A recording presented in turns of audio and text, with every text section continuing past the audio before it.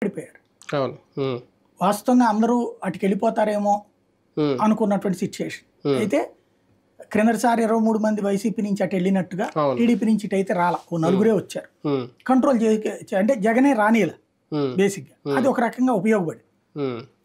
ఇంకొక పక్కన ఆ తర్వాత కరోనా 2 ఏళ్ల పాటు ఆగిపోవడం, ఈ తెలుగుదేశం పార్టీది వాట్ నెక్స్ట్ అనేటువంటి స్టెప్ కనబడాలి.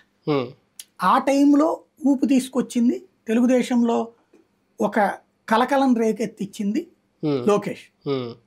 తండ్రి బాటలో పాదయాత్ర చేసుకుంటూ రావడం, అందులో జగన్కి మైనస్ ఎట్లా చేయగలిగాడంటే జగన్ టీం చేసిన తప్పు. లోకేష్ని పాదయాత్ర సందర్భంగా, అంటే జగన్ పాదయాత్రలో ఎక్కడ మాట్లాడినా ఏం మాట్లాడినా పెద్ద ఇబ్బంది పెట్టాల.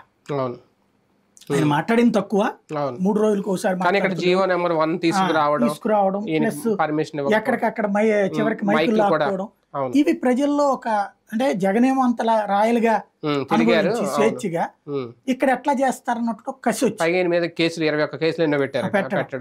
అది సానుభూతి తెచ్చింది. తెలుగుదేశం కార్యకర్తలో కసికి ఆరంభమైంది.